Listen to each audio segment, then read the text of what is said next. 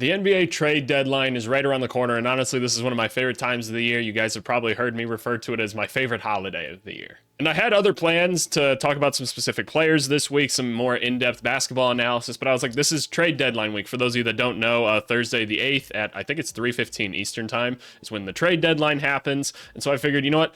Let's focus in on the trades right now. I want to go through and kind of look at all the rumors that are swirling kind of last minute right now and just go and talk about all of them so that at the end of the week, we have some prior knowledge when the trades actually start to unfold and we're discussing those. So I figure what better way to do this than to go to my old friend Bleacher Report and just start scrolling down some of the rumors and everything. We might go on to like Hoops Rumors or something as well, but I figure this is a good place to start. And looks like I actually just got this update on my phone, everything. The Wizards' Tyus Jones price tag. They want a first round pick for Tyus Jones. I don't know how likely that is, considering like players' contracts are so hard to trade right now, especially with like the new cap and everything kicking in, and teams are so weary of what contracts they're taking on right now. I actually wouldn't be maybe surprised if more picks are moved in the process of this trade deadline, just because people don't really know what kind of contracts they want to have on their teams right now, right? But Tyus Jones obviously hasn't had quite as efficient of a season as he normally has. Still a good assist to turnover ratio guy, right? He'd be a phenomenal backup point guard on any team. Debatable starter on some teams. And so I completely understand why you'd want to add Tyus Jones to your team. I think his numbers go right back to normal as soon as you put him on a non-train wreck team, aka the Washington Wizards. But I don't know what team is necessarily going for him. I saw some things about like the Magic wanting him and stuff, and I'm like, that's a horrible idea. Don't do that. That doesn't make much sense to me. But I could see some other teams getting involved in this. The two teams that really come to mind for me with Tyus Jones is like the Lakers, I'm guessing, and then like the Timberwolves. The Timberwolves desperately need point guard help, mostly on the backup. Mike Conley's been a nice starter and everything, but if you threw Tyus Jones onto this to kind of just help manage the bench minutes a little more, McLaughlin doesn't have to play as much. That'd be a tremendous upside to them. But both of those teams, like, I don't know what assets you're moving to make that happen. The Wizards probably don't care as much about taking on like some stupid contracts that the Lakers are trying to offload to get guys like DeJounte Murray and stuff. But the Timberwolves literally just don't like have movable pieces or draft picks to do this. So I think the Wolves are probably going to have to look to the buyout market a little bit more. Speaking of that, Wolves eyeing veteran point guards, Dennis Schroeder, Kyle Lowry. Yeah, no, that makes sense. I'm guessing the Timberwolves would probably rather wait again, like I said, to the buyout market. But Dennis Schroeder has recently said that since they've added Emmanuel Quickley, he's like, hey, I kind of joined this Raptors team so I could go be that dude for a little bit again. And, you know, Schroeder was a nice starting point guard for them and then quickly came in and he was just balling.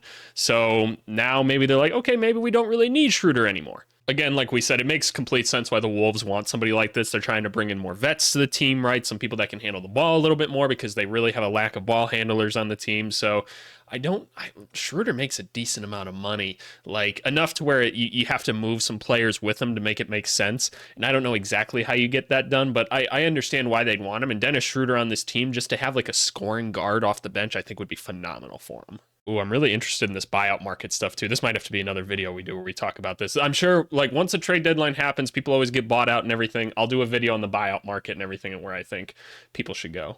All right, so I found an article just talking about updated predictions for the trade deadline and everything, so we'll scroll through these just quickly. Mavericks move Grant Williams. Yeah, like Grant Williams hasn't exactly been as good of a fit as he seemed like at the beginning of the year. The efficiency's gone down a decent amount, and I don't even think he starts at this point. And, you know, they gave him decent amount of money, not a ton of money, but he's definitely like a trade chip because teams will definitely take him, try to develop him, et cetera, et cetera. I just don't know what they're going to bring in with the Grant Williams thing. Like, obviously they're looking at dudes like a Wiggins probably, or like a Kuzma.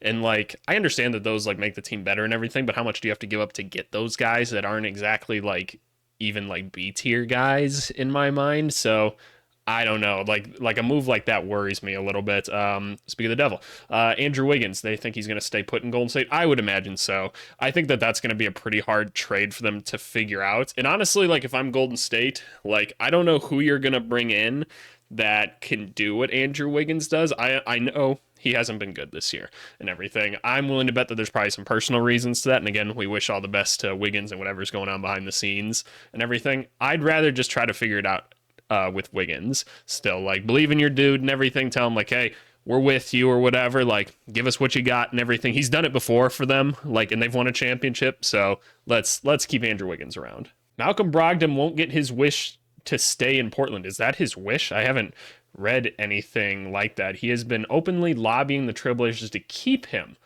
Oh, that's kind of interesting. I hadn't heard that or anything. There's no reason for them to keep him. They should definitely try to trade him. Like, I understand wanting to have the veteran on the team and everything, but that's just too many ball dominant guys between having him, having Scoot, and having Simons. I mean, Shaedon Sharpe's got to touch the ball at some point too, because that's going to just have to be a skill if they think that he's going to be a big time scorer one day, that a lot of us think he can be. Like, he's just going to have the rock at some point. Like, the best players have the ball in their hands at the end of the day. That's just how it works. Obviously, like, there's a ton of teams that could take Brogdon and everything. I'm sure the Knicks is a team that people will say he can go to and everything. Do they buy him out? Like, that's a pretty hefty buyout, but it's happened before. Maybe Portland doesn't give a shit at this point, and if that happens, maybe he goes to like a Minnesota or something like that, or I don't think like an OKC or anything like that. But what if he went to like Denver? How great would Malcolm Brogdon be in Denver? All right, that's what I'm rooting for now. Alex Caruso gets moved. Yeah, I hope so.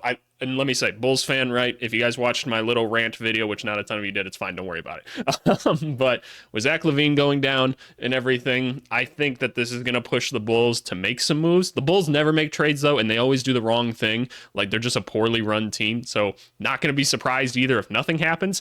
But I think it just makes too much sense to try and move Caruso, DeRozan. You're probably not going to be able to move Vucevic or anything, but like, you can move some of these other guys, maybe even a Javon Carter or something like that. Like, somebody would want a Javon Carter, like the Timberwolves or something, right?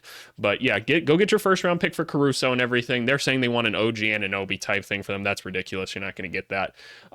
You can get a first round pick for Caruso though, and you should do it. Where he goes, Miami Heat, maybe the Warriors. I know they've always wanted Caruso and everything. Philly's always a team attached to it. I'm sure the Lakers would take him back. Any team's going to be happy to take Caruso, and I hope the Bulls do it. They're saying the Sixers hold tight. I find that kind of hard to believe. They're going to need something to, and it sucks because we don't know the extent to how long Embiid is going to be out and everything, but I think they need to supplement the rest of the roster somehow to, one, incentivize Embiid to even come back this year, right? Because if they fall far enough in the standings, what's even the point? I guess you would say the point is to play basketball, and that's how a lot of us would think about it. But, you never know with these guys. But they need to add something else to this team, because this team wasn't a true contender probably anyway, right? Maxi's been awesome this year. Tobias Harris, a very nice player. Kelly Oubre has his moments and everything. They need something else. They need another like ball dominant scorer, and I don't know who that is. Maybe it's a DeMar DeRozan or something. That seems like a poor fit in my mind, but that's really the only name I've seen attached to them.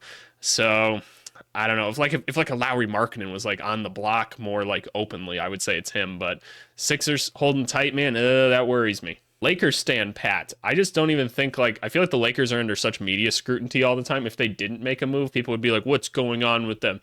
Don't they know how to run a team when they like executed like some phenomenal moves last year and everything? I do think it's harder this year, especially when they're trying to force this DeJounte Murray move, which I don't know how great of a fit that is. I don't really like it. And I don't think anybody wants a D'Lo, unfortunately. D'Lo's obviously been playing a lot better and everything, but I don't think he's a guy that a ton of teams are necessarily clamoring to have or something like that. Maybe someone gets Charlotte involved somehow and they take on a contract like that for a pick or something, but I don't know. I don't think they can just stay put. Kelly Olynyk gets moved. I bet you this one's a for sure. I don't think you're going to get a higher value out of Kelly Olynyk than now. And you've got other dudes like at his position that are probably worth getting more rotation minutes on the Jazz. I think the team that makes the most sense, and we've all talked about, is the Thunder. There's other players that the Thunder have been connected to, and we know they want to back up big because they just like don't have other bigs on their teams outside of Chet. I like the run, jump, and dunk idea that I see some people do, like a Daniel Gafford or something like that. I know I've seen that one thrown around. I don't like that fit necessarily as much as a Kelly Olynyk though, because the Thunder in this constant state of like attacking, like attack, pass out, and everything. And if you throw in a Daniel Gafford, that becomes a guy that's more so rotating from dunker spot to dunker spot, and that can clog up the paint a little bit more when a lot of these guys really like to get to the paint, aka J-Dub, Shea, and Giddey, right? So if you throw in Kelly, he can kind of fit into that scheme a little bit more. He can step out and shoot a little bit still, which they could always use more shooting and everything. But yet he still has like the size and strength to bump with those Sabonis guys that he's going to run into, or maybe like a Cat or Gobert in the Western Conference, right? Probably Jokic, the obvious one, right? So I like that fit a little more. Jalen Green stays put. Yeah, I don't see them trading him or anything. I think it's probably more worth it to try and develop him and everything. That's why you brought all the vets in and everything anyway, right? Like, I know the whole thing of like they tried to get McCall Bridges, and I would have probably traded Jalen Green for McCall Bridges as well. But I don't think they're going to find a move that makes sense for. And I just don't buy anybody biting on the Jalen Green thing. So I'm willing to bet he stays put as well. DeJounte Murray gets traded to the Knicks. Oh, hold up. Like, how does this happen? There's plenty of depth and everything. Who are they trading? New York has enough ammo to pull off the deal too. Evan Fournier's contract. Yeah, okay, that's just money that they're taking on. So it's essentially an expiring contract right now. The Knicks have a deep trove of draft assets. So what? It's going to be Fournier, Quentin Grimes, and picks?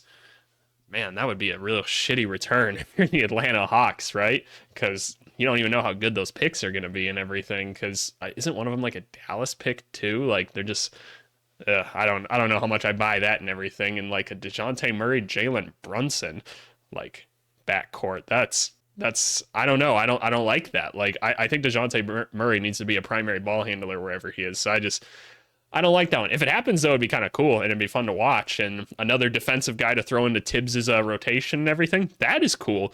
Offensively, I don't know. Like, that's a lot of ISO guys you're throwing on one team. I think we need some more off-ball guys on this team. Dallas adds a forward. Yeah, no, definitely. Like they're gonna do something. I don't know what it is. Jeremy Grant seems like a tough one. If you had a Jeremy Grant to this team, your contracts of Luka, Kyrie, and Jeremy Grant make up probably what, like 80 to 85% of the cap, just like right there. And like that team with like basically minimum contracts around them and draft picks, like I don't know. The thing is with like a Jeremy Grant, you probably don't have to trade picks to necessarily get him. Like I'm sure they're going to want like a pick, but you don't have to give up a ton to get him because they probably don't want to necessarily pay him that much either, right? And so that's kind of the benefit of that. But like I'm sure they're looking at the Kuzmas, the Wiggins as well, right? I don't know how they make that work necessarily. So I think it's going to be a tough one, but I'm willing to bet that something is going to happen with them. All right, we're back just here now. Shout out to Usher and everything. Bucks, Mavs. Oh yeah, this was the other name, Bobby Portis. When I was leaving the gym yesterday, I just got done hooping. I was hooping yesterday too, by the way, y'all. I still got it a little bit now that I'm getting back in shape. Anyway, y'all don't want to hear about me. Y'all want to hear about the good basketball players.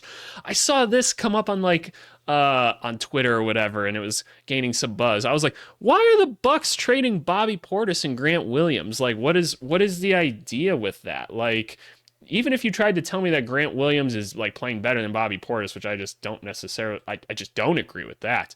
Like, what is the idea with this? So the idea that they're saying is to try and like up their defense and everything, and Grant Williams is a better defender than Bobby Portis. No, you can't replace energy at the end of the day, and no, you're not trading Bobby Portis for Grant Williams. That's a dumb trade. If that happens, y'all can at me, but that's a stupid trade. Bucks eyeing DeLon Wright. That's an interesting one. I feel like everybody forgets that DeLon Wright is like in the NBA and everything at times because he's the backup point guard for the Wizards right now. But DeLon Wright's like a very quality basketball player, especially on the defensive end. He's pretty good. He's a little bit bigger of a point guard, got good lateral movements and everything. Real nice closeouts on him too. And like he's shown that he can be effective from like beyond the arc at points. Obviously, there's been some injury concerns that we can see recently, and like he hasn't played like a ton this season and everything. And like I said, I don't hold any of the stats that any of these Wizards dudes are putting up against them because it's just such like a cluster of just nonsense going on there. But like historically, like DeLon Wright, like pretty quality player in terms of efficiency and everything. So just another guard to go out there and play some defense, so Cameron Payne doesn't have to be on the court anymore.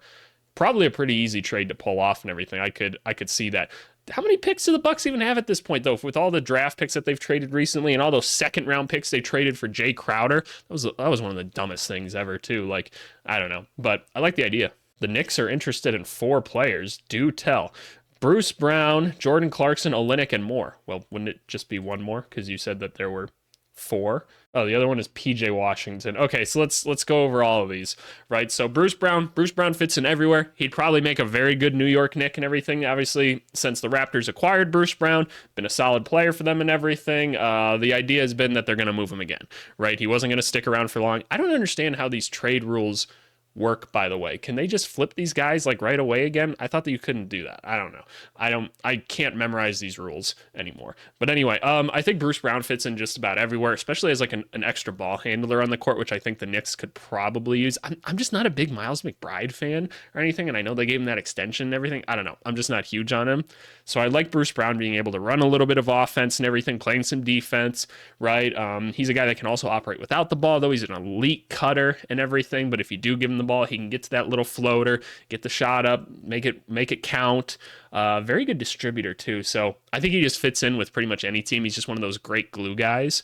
Taking a look at some of these other names, Jordan Clarkson. If you want another scorer, especially with Randall out right now, DiVincenzo is on an absolute tear right now. Like he's scoring like 30 some points on like crazy clips from 3 right now. So you're bringing in Jordan Clarkson to help kind of mitigate the loss of Julius Randle. Obviously, your Pro Bowl, all-star forward and everything, but you're bringing in Clarkson to try and make up for some of that scoring. You become a very guard-dependent team, which can be hard in the modern NBA at times because there's so many athletic wings and everything now. I don't necessarily think Clarkson is the answer come playoff time. I mean, that's a nice guy to have. Like having an elite 6-man scorer is pretty cool. Olynyk just to play some other big minutes, like because right now I don't think they brought back Taj. Did he I know he got like the second 10-day contract, but I don't know if he's still with them. So you've got Jericho Sims on the team. That's kind of like Hartenstein's been really, really nice. I like Hartenstein and everything. I think Olynyk would be nice, especially as just a different kind of big on the team. Like they've got the run, jump, and dunk guys down, right? So having a floor spacing big, I think would be kind of cool. And then PJ Washington, just kind of a position that they have a gap in right now in that power forward, obviously losing Obi Toppin last year. Julius Randle's down right now. He instantly probably slides into your starting 4. I'm pretty sure his splits have been pretty good this year as well. So you're getting 14 points a game out of him, 5 rebounds, 2 assists, turnovers are fine. 3-point percentage has actually been steadily dropping. Why do I feel like he's making more threes? I don't know. Maybe that's just a weird perception that I've had. I know he's had like some high scoring totals and stuff. It must just not be as efficient as maybe I would have thought.